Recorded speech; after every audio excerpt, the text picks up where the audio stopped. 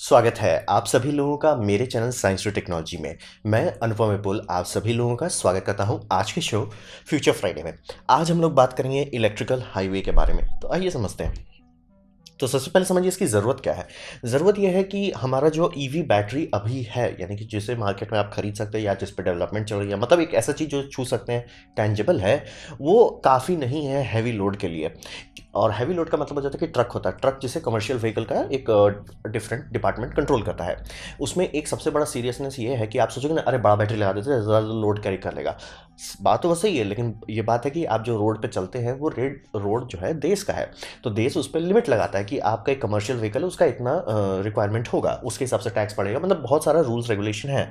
तो अगर आपका बैटरी ही बहुत बड़ा परसेंटेज हो जाता है लीगल ट्रक वेट का, तो कितना चीज़ आप कैरी कर सकते हैं वो बहुत घट जाता है। ये टेस्ला ट्रक के साथ सबसे बड़ा समस्या है। काफ़ी काम टेस्ला ट्रक कर सकता है, लेकिन जहाँ पे लोग पूरा लोड करके इधर उधर करते हैं वो नहीं करेगा, क्योंकि ब्रिज से कुछ जाने नहीं दिया जाएगा, भाई आपका ओवरवेट है। तो ये समझना बहुत सीरियस बात है कि अभी की जो टेक्नोलॉजी है इसमें ऐसा नहीं किया जा सकता। और काफ़ी सारा एनालिसिस के बाद मुझे लग रहा है कि अब बैटरी टेक्नोलॉजी में पावर का डेवलपमेंट नहीं ज़्यादा नहीं होने वाला। थोड़ा मोड़ा अप डाउन हो सकता है, लेकिन मेन डेवलपमेंट अब होगा लॉन्जिविटी में, कि कितना साल टिकता है। अभी सब समझिए बैटरी को कहा जा रहा है 10 साल टिक सकता है, उसको 20 की करने की कोशिश की जाएगी, लेकिन अब मतलब ऐसा नहीं लग रहा कि आज 500 किलोमीटर है तो कल 5000 किलोमीटर होगा, ऐसा का चांसेस अब बहुत कम है। और ट्रक का इंपॉर्टेंस ये समझिए कि बैकबोन है ट्रेड का। हर जगह पे हर समय ट्रक चलते ही रहते हैं, 24/7/365 इंटू एवरी सिंगल कंट्री। ये एक ऐसा चीज़ है जो हर समय हर जगह यूज़ होता है। तो ये एक बहुत इंपॉर्टेंट है, बैकबोन है देश के लिए। और इसका सबसे बड़ा समस्या ये है कि डीजल का सप्लाई जो है वो स्टेबल नहीं है, यानी कि जैसे इंडिया के केस में वो डीजल पुअर है, तो हम लोगों को बाहर से खरीदना पड़ता है, तो उसमें साइड इफेक्ट है। ये आने वाला देश है, कभी दाम घटा भी सकता है, कभी बढ़ा भी सकता है, और इससे हमारे प्रोडक्ट्स पे, यानी कि जैसे मान लीजिए आप आलू उगा ले रहे हैं बल्ले बल्ले, लेकिन उसे बेचने के लिए तो आपको ट्रक पे लाद के इधर से उधर करना पड़ रहा है ना। अब मान लीजिए ट्रक का जो किराया है वही अप डाउन होने लग रहा है, तो आपका आलू का दाम अप डाउन हो रहा है। तो ये बहुत अनस्टेबल बात हो जाती है गवर्नमेंट के लिए कि हम अपने खानों का, मतलब जो जो एसेंशियल चीज़ है उसका दाम कंट्रोल नहीं कर पा रहे हैं, क्योंकि एक्सटर्नल वेरिएबल पे है। तो डीजल सप्लाई एक बहुत बड़ा कमजोरी बन जाता है। और प्लस खूब सारे छोटे छोटे डीजल इंजन, मतलब एक बड़ा डीजल इंजन है बल्ले बल्ले, लेकिन खूब सारे छोटे छोटे बहुत साइड इफेक्ट करते हैं, क्योंकि इसमें CO2 इमिशन भी बहुत होता है और नॉक्स प्रोडक्शन भी होता है। नॉक्स प्रोडक्शन एक पोल्यूटेंट है, हाई लेवल का पोल्यूटेंट है, जो कि बहुत ज़्यादा टॉक्सिक माना जाता है। तो ये बहुत सीरियस बात है कि ये दोनों बैंड बजा देने वाला है। और यहाँ पे जो लोग, जो भी कंट्री मेहनत कर रही है कि अपना डीजल डिपेंडेंसी कम कर दे, ये एक अच्छा गैम्बल है कंट्री के हिसाब से। पोल्यूशन को भी बचा ले रहे हैं, और प्लस बाहर वाली कंट्री हमारा कम बेसी ना कर सके, ये भी बहुत इंपॉर्टेंट बात है। क्योंकि कोई भी नहीं चाहे ना कि मेरी कंट्री का अनाज का दाम किससे कंट्रोल हो रहा है, अरे भैया रशिया का मूड हो गया दाम बढ़ा दिया, या मतलब अमेरिका का मूड हो गया दाम बढ़ा दिया, या मिडिल ईस्ट का दाम अप डाउन हो गया, हम लटक गए। तो ये समझना बहुत ज़रूरी है कि इसकी एक ज़रूरत है। तो समस्या क्या है कि रोड से हम जब बात कर रहे हैं, तो रोड में क्या सबसे बड़ा दिक्कत है। सबसे बड़ा दिक्कत है, जो सबसे पहले सबको आइडिया आता है कि रोड के अंदर डाल दो। और यहाँ पे आपको एकदम क्लियर बता देना चाहिए, बहुत बार लोग बह जाते हैं, बहुत सारी चीज़ नहीं समझ पाते हैं। तो जनरली मैं कोई भी चीज़ को 3 कैटेगरी में बांटता हूँ। पहला होता है फिजिक्स, क्या साइंस बोल रहा है आप ऐसा कर सकते हैं कि नहीं। जैसे कि साइंस सीधा बोलता है भैया लाइट स्पीड से आगे नहीं जा सकते, आपका कोई डिज़ाइन बोल रहा है हम लाइट स्पीड से आगे जा सकते हैं, उसको वहीं हटा दीजिए, अपना हाथ धो के आगे बढ़ जाइए। तो फिजिक्स बोल दिया भैया नहीं होने वाला, तो यानी नहीं होने वाला। हुलुलुलु करके मैथ करके हुलुलुलु को उसका कोई मतलब नहीं है। एक्चुअल फिजिक्स बोल रहा है, हो सकता है तो ठीक है। उसके बाद आता है इंजीनियरिंग। ठीक है चलिए, बोलने का तो बोल दें, बोलने का तो कोई कुछ भी बोल सकता है, फिजिक्स में भी बहुत चीज़ पॉसिबल है, लेकिन क्या उसे इंजीनियर कर सकते हैं, यानी उसे बना के एक प्रोडक्ट के तौर पे डिप्लॉय कर सकते हैं, वो भी हो सकता है। तो जैसे मैं बोल रहा हूँ अंडर रोड पावर सप्लाई, तो आपके पास 2 ऑप्शन है। पहला होगा कि मतलब समझिए रोड के अंदर एक टनल जैसा, मतलब छोटा टनल रहेगा, जिसमें आपका करंट कलेक्टर जाएगा, यानी करंट कलेक्ट करने का व्यवस्था आपका रहेगा। ये ओवरहेड वायर की जगह अंडर रोड रहेगा। और इंडक्टिव वाले में कोई चीज़ छूने की जरूरत नहीं है, ये रोड के अंदर ऐसा रहेगा और इसके ऊपर रोड का सतह पेंटेड रहेगा। और गाड़ी में आपका इंडक्टिवली कपल्ड रिसीविंग रहेगा, जो आराम से वायरलेसली एनर्जी ट्रांसफर होगा।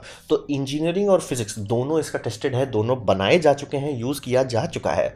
लेकिन जैसे जितनी बार भी इस्तेमाल किया कि घुमा फिरा के ये सब फेल एक ही चीज़ पे होता है कि इकोनॉमिक्स इसका सपोर्ट नहीं करता है। इंडक्टिव चार्जिंग के केस में सबसे बड़ा दिक्कत यह आता है कि मतलब एनिमेशन में दिखा देते हैं आप ऐसे ऐसे इंडक्टर लगा दे रहे हैं अंदर, कोई ये नहीं बता उसका दाम कितना होता है। प्लस अगर आप इसके ऊपर हैवी ट्रक चलाएंगे तो कितना दिन ये टिकेगा, ये सब मतलब कुछ कुछ साल में ही खराब हो जा रहे थे। और वहीं पर सही सोलर रोडवे के साथ भी वही हुआ कि कहने को प्रिंस मतलब उसके फिजिक्स और इंजीनियरिंग था, लेकिन रियल वर्ल्ड में कोई ऐसा मटेरियल नहीं है जो मतलब ट्रांसपेरेंट भी रहे, उसके बाद आप गाड़ी भी चलाओ और वो ट्रांसपेरेंट बना रहे, ऐसा होने वाला ही नहीं है। तो वैसे ही यहाँ इंडक्टिव चार्जर के साथ ही हो रहा है कि बनाने का बना लिया गया, इंडक्टिव चार्जर एक रियल टेक्नोलॉजी है, पूरा ट्रांसफार्मर उसी पे काम करता है। तो ये ऑब्वियसली एयर कोर ट्रांसफार्मर समझ लीजिए। तो पूरी तौर से ये बनाया गया, लेकिन जितनी बार भी टेस्टिंग हुआ, जितनी बार भी पायलट प्रोजेक्ट किया गया, सब में ही आ रहा कि ये सब ब्रेक ज़्यादा करता है। रोड को मतलब रोड कोई सस्ता इक्विपमेंट नहीं है। एक देश का रोड बहुत महंगा होता है, बहुत बहुत बहुत ज़्यादा लगता है। और उसके ऊपर आप एक छोटा सा चैनल बना रहे हो, उसके ऊपर दूसरी गाड़ी चल रही है, तो आपका चक्का के लिए तो नहीं ऐसा हो सकता कि चक्का यहाँ नहीं जाना चाहिए। रोड के ऊपर कोई भी कहीं पर भी टर्न मारेगा तो ये इसका भी उतना ही स्ट्रेंथ होना चाहिए जितना बाकी चीज़ का है। कैसे करेंगे, बहुत महंगा पड़ता है, हिसाब वही रहता है। और ये अंडर वाला स्वीडन भी ट्राई किया था, हिसाब वही आ रहा था, जैसे कि वहाँ तो बर्फ़ गिरता था, अंदर बर्फ़ जाम होने का दिक्कत हो गया, तो अब या इसको हीट कीजिए या तो जो स्कूप है जो इसका अंदर से कनेक्ट कर रहा है उसको स्नो हटाने की व्यवस्था कीजिए। यूएस में ये होगा कि यहाँ पे सॉल्ट भी चला जाएगा, सॉल्ट मेटल और ह्यूमिडिटी अच्छा मिक्सचर नहीं है। तो हिसाब वही समझिए कि फिजिक्स मना नहीं कर रहा है, इंजीनियरिंग मिलती है, कंपनी अब ये बेच सकती है। बस बात है जो इतने लोग भी ट्राई किए सबके सब फेल हो गए कि इकोनॉमिक्स जो है सीधे मना कर देता है। ये खासतौर पर ये रोड में गड्ढा करने वाला बात है। तो काफ़ी लोग कहेंगे इंडक्टिवली कर देते, इंडक्टिवली में ये समझिए कि ये बहुत इनएफिशिएंट होता है। ट्रांसफार्मर में इंडक्शन के माध्यम से एनर्जी इधर से उधर जाता है, लेकिन ट्रांसफार्मर बहुत इफिशियंट होता है। ऐसा क्यों? क्योंकि उसमें कोर रहता है, मतलब कि कॉइल भी उसके पास मतलब एनर्जी कंडक्ट करने के लिए कोर बनाया जाता है। वो कोर मतलब कपलिंग इफिशिएंसी सुधार देता है। अगर आप कोर को हटा के एयर रख देते हैं तो भी आप काफ़ी एनर्जी कर सकते हैं। जैसे आपके मोबाइल में होता है वायरलेस चार्जिंग में कि आपका चार्जिंग पैड है, आप ऑलमोस्ट छू रहे हैं। यहाँ पे आप बात कर रहे हो गैप जो है 10 सेंटीमीटर से ज़्यादा हो सकता है, यानी कि गैप ऐसे है। और गैप के केस में ये समझिए कि यहाँ से यहाँ छू रहा है तो आप मतलब 90% इफिशिएंट हो जाए तो भी बहुत बड़ी बात है। जनरली उतना भी नहीं होता, लेकिन आप उसको इतना कर दें 50-60% इफिशिएंट हो जाएगा। जितना रेंज बढ़ाते जाएंगे उतना उसका इफिशिएंसी घटता जाएगा। इसीलिए कोई वायरलेसली एनर्जी ट्रांसफर नहीं करता है, क्योंकि लॉस बहुत ज़्यादा है। फिजिक्स मना नहीं कर रहा, लॉस बोल रहा है भाई क्यों दुनिया को जला रहे हो। और वही सोचिए कि अगर ट्रक जैसे इक्विपमेंट के बारे में बात करें जहाँ का कई किलोवाट घंटे वो खा रहा है, वहाँ पर आप कई किलोवाट घंटे ट्रक को देने के लिए आपको कई किलोवाट प्लस 60% या 70% एक्स्ट्रा एनर्जी डालनी पड़ जाएगी इस सब में, ताकि वो चल सके। तो ये तो होने ही वाला नहीं है, मतलब अगर देश का बिजली बैठ जाएगा अगर ये करने की कोशिश करेंगे। और ये सब का मेंटेनेंस भगवान भरोसे। इसीलिए समझिए सोलर रोडवे पे काफ़ी लोग बनाए, अरे फ्रांस तो मतलब हम बना के रहेंगे, अब बना रही है। और उसका मेंटेनेंस सारा पैनल जो सोलर पैनल आराम से 25 साल तक लोग छूते नहीं, बस उसको भी हर दिन मतलब कि ये धोइए तो एकदम बम बम चलता रहेगा। वहाँ पे इनका रोड वाला 2-3 दिन में सब फेल होना शुरू हो गया। 1 महीना तक 1-2 पैनल ही बचे थे और उसके बाद सब साफ। तो वो समझिए मेंटेनेंस ये सब करने बैठ जाएंगे। रोड का मेंटेनेंस कितना मुश्किल होता है, इंडिया में आप गाड़ी चलाते हैं तो आपको पता ही होगा रोड का मेंटेनेंस कितना मुश्किल बात है। और वहाँ पे आप ये सब एक्स्ट्रा डाल देंगे रोड के अंदर, गुड लक। तो ये समझना बेहद जरूरी है, इसलिए रोड के अंदर से कुछ करना बहुत मुश्किल है। तो सोल्यूशन क्या है? सोल्यूशन थैंकफुली है कि आप लो वोल्टेज डीसी का इस्तेमाल करके, यानी लो वोल्टेज केसेस में माना जाएगा 800 वोल्ट के नीचे के अंदर का, इसको रोड के ऊपर रखें। और ये बोलेंगे कि 800 वोल्ट क्यों चुना जा रहा है? बात यह है कि रोड के नीचे गाड़ी है। ट्रेन के केस में सारा चीज़ जो है, मतलब ट्रेन का पूरा पाइपलाइन जो बनाया जाता है वो बनाया जाता है 25 kVA के हिसाब से। यानी कि वो जो केबल है उसके नीचे से जो ब्रिज पास है वो उस क्लियरेंस देख के बनाया गया कि कभी कोई ट्रक जा रहा है उस पर बिजली ना गिर जाए, क्योंकि आर्किंग होता है। जितना ज़्यादा वोल्टेज बढ़ाएंगे आर्किंग रिस्क बढ़ते चला जाता है। और कोई बड़ा मेटल ऑब्जेक्ट आ रहा है उसके आसपास, बिजली बोलेगा हम तुमसे प्यार करने आ जाते हैं, तो दिक्कत हो जाएगा। तो इसीलिए वोल्टेज ज़्यादा हाई नहीं रख सकते। जहाँ नीचे खूब सारी मेटल के ऑब्जेक्ट चल रहे हैं, गाड़ी वाड़ी चल रहा है, तो आप समझ सकते हैं कि ये सीरियस बात है। तो इसीलिए लो वोल्टेज यानी कि 800 वोल्ट के अंदर रहेगा। फिर डीसी क्यों कर रहा है? डीसी करने का सबसे बड़ा फायदा होता है कि डीसी लंबा दूरी जा सकता है। एसी के कंपेयर में डीसी ज़्यादा दूर जाता है, क्योंकि उस पर कैपेसिटेंस लॉस बहुत कम होता है, बहुत कम क्या ऑलमोस्ट जीरो होता है। लेकिन हाँ वोल्टेज फ्लक्चुएशन थोड़ा सा होगा तो लॉस होगा। और उसमें स्किन इफेक्ट नहीं होता, यानी तार अगर आप मोटा इस्तेमाल करते हैं तो एसी मतलब तार का सिर्फ स्किन पर चलता है, सेंटर में खाली रहता है, क्योंकि वो मैग्नेटिक फील्ड बना रहा है। मतलब समझिए तार ही आपका एक तरह से ट्रांसफार्मर जैसा बिहेव कर रहा है। मतलब इसका क्रॉस सेक्शन लीजिए, उसमें मैग्नेटिक फील्ड क्या हो रहा है, ऑन ऑफ हो रहा है, ऑन ऑफ हो रहा है, क्योंकि ऑब्वियसली 50 हर्ट्ज जैसे इंडिया में है तो 50 बार वो ऑन ऑफ हो रहा है, तो उससे एक मैग्नेटिक फील्ड बन रहा है। उसका साइड इफेक्ट एक काउंटर फील्ड बन रहा है जो इलेक्ट्रॉन्स को बाहर ठेल रहा है, तो स्किन इफेक्ट बन जाता है। डीसी के साथ ये समस्या नहीं, डीसी को आप मोटा केबल में इस्तेमाल कर सकते हैं। मैंने पूरा एक डिटेल वीडियो बना दिया एचवीडीसी के लिए। तो लो वोल्टेज डीसी सिस्टम इस्तेमाल किया जाएगा और इसको 2 पोल ऊपर रखना होगा। रेलवे के केस में लाइव को ऊपर रखा जाता है और ग्राउंडिंग के लिए पटरी इस्तेमाल की जाती है। अब ऑब्वियसली रोड में आप पटरी तो नहीं बिछाने वाले हैं, तो नॉर्मल बस को अगर चलाना है या ट्रक को चलाना है जिसका रबड़ चक्का सबसे जुड़ा हुआ है, तो ग्राउंडिंग कैसे देंगे? तो इसीलिए 2 तार बिछाए जाते हैं।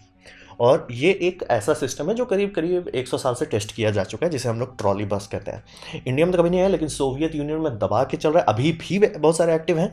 यूरोप में भी खूब सारा है, अमेरिका में कुछ हैं। लेकिन मेरे हिसाब ये रहता है कि ये सब ज़्यादा तेज़ नहीं चल पाता। मतलब ये आइडिया बहुत अच्छा है, मतलब आपको ट्राम के लिए रोड नहीं खोदना पड़ रहा है, लेकिन हमेशा इनका साइड इफेक्ट रहता था। ये ट्रॉली का लिंक जो है, जो मतलब करंट कलेक्टर हैं, ये इनका हमेशा वीक लिंक रहता था। ये बार बार मतलब अगर रोड पे झटका उटका लगा तो वो उतर जाता था, फिर मतलब ड्राइवर को निकल के फिर से उसको चढ़ाना पड़ता था। तो आइडिया इसका बम बम है, लेकिन वही वीक लिंक बन जाता था। तो रोड अगर आपका अच्छा है और सब अच्छे से ड्राइव करे तो बहुत अच्छा जाता है। यूरोप में जितने जगह लगाया गया सब बम में सब खुश हैं, काम करता है। लेकिन जहाँ पे भी रोड खराब होने लगता है, यानी रशिया का पुराना सिस्टम सब में, वहाँ पे ये सब मजाक बन जाता है, क्योंकि जब देखो तब रोड झटका से गया, पोल हट गया, भैया फिर से निकल के पोल लगाओ। तो सोल्यूशन यही समझना होगा कि ये ऑप्शन है, टेस्ट किया जा चुका है, इसके नीचे से गाड़ी चलती है, किसी को बिजली का झटका नहीं लगता, सब चीज़ सेफ टेस्टिंग हो चुका है। दो चाहिए ताकि इलेक्ट्रिकल सर्किट पूरा रहे। और ये कोई ऐसा नया हुआ नहीं है, मतलब लोगों को पता है क्या करना है, कैसे करना है। तो अब बात करते हैं गाड़ी के बारे में क्या किया जाएगा। तो यहाँ पे तिगड़म आप थोड़ा नेक्स्ट जनरेशन चाहिए, क्योंकि वहाँ पे ट्रॉली बसेस जो होते हैं जनरली ज़्यादा तेज़ नहीं चलता है। लेकिन आप ट्रक के बारे में बात कर रहे हैं, वो भी हाईवे पे, तो आपको बनाना तो ऐसा पड़ेगा जो कि 100-200 पे चले। तो यहाँ पे रहा कि ट्रॉली बस का सिस्टम की जगह पे रेलवे ट्रैक वाला सिस्टम इस्तेमाल करेंगे, ताकि आराम से ये हाई स्पीड मेंटेन कर सके। इसीलिए ये इतना फजीयत वाला इनका वायरिंग, इसीलिए ताकि ये 120 kmph तक का स्पीड मेंटेन कर सके, कि 120 पे हम नॉर्मली चल रहे हैं। आप बोलेंगे तो क्या वो मतलब कभी एकदम परफेक्टली रहेगा? नहीं, परफेक्टली नहीं रहेगा। और एक्चुअली आप चाहते भी नहीं हो, आप कभी भी नहीं चाहोगे कि तार और आपका जो पेंटोग्राफ है वो एक्जैक्टली एक जा रहा है। आप हमेशा चाहोगे ऐसे आगे पीछे होते रहे, ताकि पेंटोग्राफ में कार्बन शू दिया जाता है, एक तौर से समझ लीजिए, वो घिसता है, और उसको चाहोगे कि पूरा वो घिसे, ना कि एक जगह पे गड्ढा ना बन जाए। तो इसके नीचे एक कैमरा दिया रहता है, और एक मतलब कैमरा उसको फीडबैक देखते रहता है कि तार किधर जा रहा है, और उसके हिसाब से इसको आगे पीछे ये करता रहता है। मतलब गाड़ी आपका चल रहा है, ड्राइवर के पास फ्रीडम है, और ऊपर एक कैमरा इंडिपेंडेंटली तार को ट्रैक कर रहा है। ये मतलब रेलवे में बस सीधा ऊपर उठा दो, यहाँ पे सीधा ऊपर उठाओ, प्लस उसको एक्सेस में ऐसे से रोटेट करके ट्रैक करना पड़ता है। तो ट्रक जो है ये काफ़ी फजीयत वाला ट्रक बन जाता है। कारण ये है कि ये सब ट्रक जनरली ऐसा बनाया जाता है, क्योंकि रोड जो है ये ऐसा नहीं कि आप मतलब कि खदान है, खदान से चालू हो जाएगा, ऐसा नहीं बना, इनको सिर्फ हाईवे में कुछ कुछ जगह पे है। तो हमेशा ये सब में एनर्जी सोर्स रहता है, यानी कि इंटरनल कंबस्चन इंजन रहता है। फिर उसके बाद इंटरनल कंबस्चन इंजन चक्का को ना चला के, गियर बॉक्स ना चला के जनरेटर चलाता है। जनरेटर का जो पावर लाइन है उसके साथ एक और पावर लाइन आता है जो है ओवरहेड वायर से, वो सब बैटरी में जाता है। फिर बैटरी से मोटर चलाया जाता है, मोटर से आपका ड्राइव ट्रेन चलता है, यानी कि चक्का घूमता है। तो यहाँ पे एक बेनिफिट होता है कि ये इंडिपेंडेंट स्केलिंग अलाउ करता है, यानी कि मान लीजिए आपको पता है कि ट्रैक मेजॉरिटी ऑफ काम आपका हो जा रहा है ओवरहेड वायर से, तो आप जो इंटरनल कंबस्चन इंजन है वो बहुत ज़्यादा हॉर्स पावर का नहीं देंगे, कि साइज़ कम रहे, लोड कम रहे, मतलब डेड वेट गाड़ी का कम हो जाए, और आपको बैटरी भी उसी हिसाब से आप डाल सकते हैं। और बैटरी को भी लोग कंट्रोल करेंगे, क्योंकि मतलब समझिए, और यहाँ पे ये भी ऑप्शन है कि कई सारी यूरोपियन कंट्री कोशिश कर रही है कि ये सबको डीजल से हटा के सीएनजी में कन्वर्ट कर दिया जाए, जैसे दिल्ली में चल रहा है, तो सीएनजी में भी कर सकते हैं। और आपके पास बैटरी साइज़ का ये रहेगा, क्योंकि अगर आप बैटरी ट्रक का बनाना चाहते हैं और उसको बोलते हैं कि भैया 10 किलोमीटर का रेंज दो या 50 किलोमीटर का रेंज दो, वो ज़्यादा मुश्किल नहीं है, बहुत आसानी से हो जाएगा। लेकिन आप मुंह खोल के बोलते हैं 100 या 200, बैटरी का साइज़ भावनाओं में बह जाता है। तो लेकिन 10-20 अगर आप कर देते हैं तो एटलीस्ट इतना हो जाता है कि हाईवे तक जाने तक और उससे कनेक्ट होने तक का पूरा काम हो जाएगा। और मान लीजिए कहीं जहाँ पे आपको कहीं टूर डिलीवर करना है या किसी वेयर हाउस में ले जाना है जहाँ पे कनेक्शन ये नहीं है, इंटरनल कंबस्चन इंजन ऑलरेडी है, तब ये प्लग इन हाइब्रिड जैसा बिहेव करेगा। तो हर मामले में ये काफ़ी कॉम्प्लेक्स चीज़ है, लेकिन सारा टेक्नोलॉजी है, मार्केट में है, हर चीज़ टेस्ट भी किया जा चुका है। तो इसका सबसे बड़ा साइड इफेक्ट होता है फ्लीट ओनर को, यानी कि जो लोग भी ये ट्रक्स खरीदेंगे उनको काफ़ी ज़्यादा खर्चा देना पड़ रहा है। मतलब मान के चलिए 3 गुना ज़्यादा खर्च कर रहे हैं वो पर ट्रक के हिसाब से देखें, और उनको भरोसा रखना होगा कि रोड सब अच्छा रहे, क्योंकि ये सब का पूरा बेनिफिट आता है रोड अगर अच्छा है। अगर आपका हाईवे का लिंक है एक जगह से, जैसे मान लीजिए कि डेडिकेटेड फ्रेट कॉरिडोर का कोई कार्गो स्टेशन है, ठीक है, और आपका कोई सीमेंट प्लांट है, खूब सारा आप ट्रक इधर से उधर कर रहे हैं, वहाँ पे आप मान के चल रहे हो कि रोड के ऊपर ये बिछाया जाएगा, हाँ ये हमेशा अच्छा चलेगा, आपने ट्रक में भी खर्च किया, और अगर ये सब सही से चला तब आपका खूब तेल बचेगा, क्योंकि आपका ट्रक का मान लीजिए बैटरी कैपेसिटी है 20 किलोमीटर्स का, आपका ये मतलब समझिए जहाँ से हाईवे खत्म होता है और कार्गो स्टेशन स्टार्ट होता है वो 5 किलोमीटर का ड्राइव है, और आपका 5 किलोमीटर का ड्राइव है फैक्ट्री टू हाईवे, आपका तो आराम से बैटरी के अंदर नहीं बढ़ जाएगा। और आपको कभी भी डीजल नहीं स्टार्ट, बीच बीच में आप कर लोगे ताकि मतलब चेक करते रहें कि डीजल चल, कि भाई इमरजेंसी में फंसेगा, डीजल नहीं चल रहा है तो दिक्कत हो जाएगा, तो बीच बीच में चेक करेंगे। तो ये कर सकते हैं, और उस केसेस में लोगों का काफ़ी प्रॉफिट होगा। यही केसेस में यूरोपियन में 3-4 कंट्री कूद चुकी है, यूएसए में भी कूद चुका है, इंडिया में भी बात चल रहा है कि इसे लगाया जाए बहुत सारे जगह पे। तो अब बात करते हैं इस पे क्या होने वाला, भविष्य में क्या है। तो हिसाब है कि ये एक समस्या सॉल्व कर देता है। आज सबसे पहला दिक्कत है जो इलेक्ट्रिक व्हीकल का, कि ट्रक बनाने में उसका बैटरी का वजन जो भाग जाता है वो समस्या सॉल्व कर देता है। दूसरा, ये स्ट्रैंडिंग का इशू हटा देता है बिजनेस के लिए। स्ट्रैंडिंग का इशू होता है कि जैसे इलेक्ट्रिक ट्रक पे आप कोई सामान भेज रहे हैं, किसी कारण से मान लिया चार्ज खत्म हो गया या कोई चार्ज रात को लगाना भूल गया, आपका ट्रक लटक गया बीच रोड में, कि कुछ नहीं किया जा सकता अब उसका। ये नहीं होगा क्योंकि ये सब में हाइब्रिड सिस्टम है, ये सब इंजन से कैपेबल चलता है, यानी कि ये एड ऑन सिस्टम जैसा बनाया जा रहा है, ना कि रिप्लेसमेंट सिस्टम। तो एड ऑन सिस्टम होने का ये है कि सारी कंपनी को रहेगा नहीं नहीं, हमारा ट्रक अगर मान लीजिए कभी ऊपर ओवरहेड लाइन है, वो सिस्टम ही खराब हो सकता है, रेलवे का खराब होता रहता है, जब देखो तब मेंटेनेंस करना पड़ता है, तो इसका भी खराब हो सकता है। तो अगर वैसा होता है, कोई ऐसा नहीं कि हमारा ट्रक रुक गया, ये कोई नहीं कंपनी बर्दाश्त करना चाहती है। और ये चूंकि सब हाइब्रिड है, चलता रहेगा, कोई दिक्कत नहीं है। स्ट्रैंडिंग नहीं होगा कि बिजनेस को ये नहीं रहेगा कि अरे वो रोड एकदम परफेक्ट होना चाहिए तभी चलेगा। हाँ, परफेक्ट रहेगा तो हमें प्रॉफिट आएगा, नहीं परफेक्ट रहेगा लटक नहीं जाएंगे हम, ये बहुत अच्छी बात है।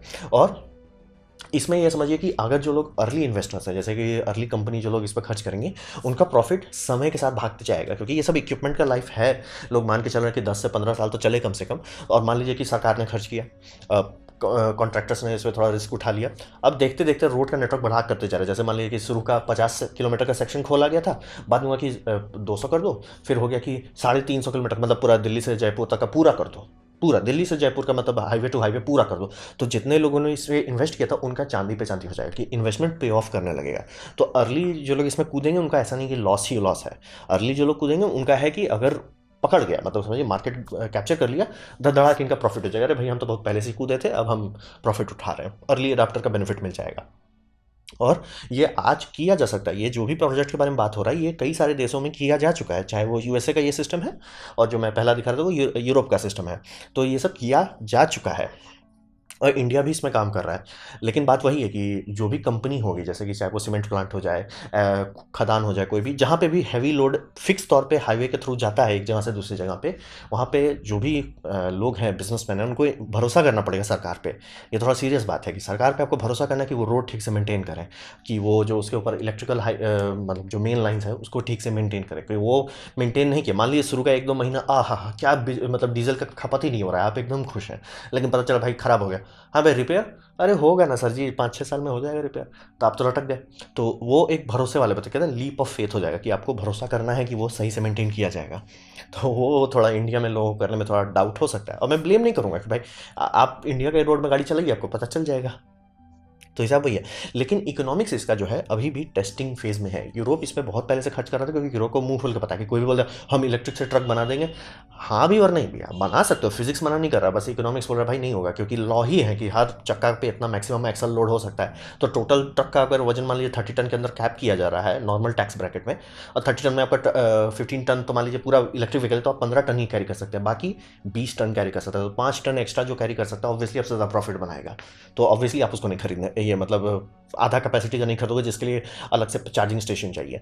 तो ये समझना बहुत ज़रूरी है कि आप इतना हुहा ऐड कर रहे हो तो इसका इकोनॉमिक्स सपोर्ट करता है कि नहीं, क्योंकि इकोनॉमिक्स अच्छे अच्छे सक्सेसफुल प्रोजेक्ट को भी फ्लॉप करा सकता है। एग्जाम्पल दें, जैसे कि आपका कॉन्कॉर्ड हो गया, समझ लिया सुपरसोनिक पैसेंजर जेट हमारे पास आ चुका था, उसे रिटायर कर दिया गया। तो ये समझना बहुत ज़रूरी, इकोनॉमिक्स बहुत इंपॉर्टेंट चीज़ है कि अप टाइम कितना होगा, कि कितना टाइम आपका वो रोड पे आप जा रहे हो वो है, चालू है, भरोसेमंद है, चल रहा है।